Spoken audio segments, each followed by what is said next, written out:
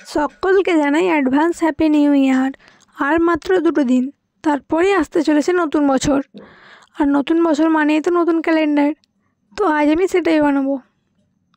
আমি এর আগে কখনো বানাইনি, আজকেই প্রথম বানাচ্ছি একদম সহজ পদ্ধতিতে। চলো দেখে নিই। প্রথমেই লাগছে একটা কার্ডবোর্ডের কিছুটা অংশ, তারপর সেটাকে 5.5 সেন্টিমিটার কেটে নেব 3টে টুকরো করে।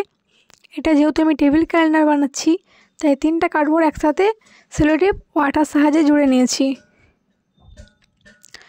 2 দিক থেকে সেলোটেপ দিয়ে নিয়েছি যাতে কোনো রকমের খোলার চান্স না থাকে।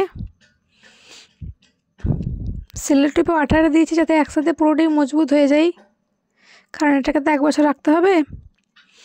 তারপর একটা পিঙ্ক কালারের A4 সাইজ পেপার নিয়ে পুরো কার্ডবোর্ডটা মুড়ে নিয়েছি। আর পুরো ক্যালেন্ডারটা বানাতে আমি ফেভিকল গ্লুই ব্যবহার করেছি। তারপর হলুদ কালারের আর্ট পেপারটা 3 টুকরো করে কেটে নিয়েছি। সেটার মধ্যে 2 সাইড আঠা লাগিয়ে মাঝখানটা ফাঁকা রেখেছি।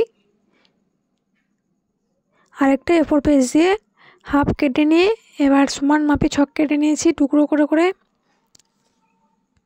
আলাদা কালারের স্কেচ পেন দিয়ে আমি লিখব। তারপর ডেট, মান্থ আর ডে হতো, কিন্তু একটু ভুল হয়ে গেছে, ডের জায়গায় ইয়ার লিখে ফেলেছিলাম, তো সেটা আমি ঠিক করে নিয়েছি। এবার A4 পেজ নিয়ে সেটাকে মাপ মতো কেটে নিয়ে 1 থেকে 31 পর্যন্ত দিন আর 12টা মাস ও 7টা দিন লিখে নিয়েছি। সবার শেষে 2025 সাল সেটা লিখেছি আর 2টো কিউট অ্যাভোকাডো স্টিকার অ্যাড করে দিয়েছি।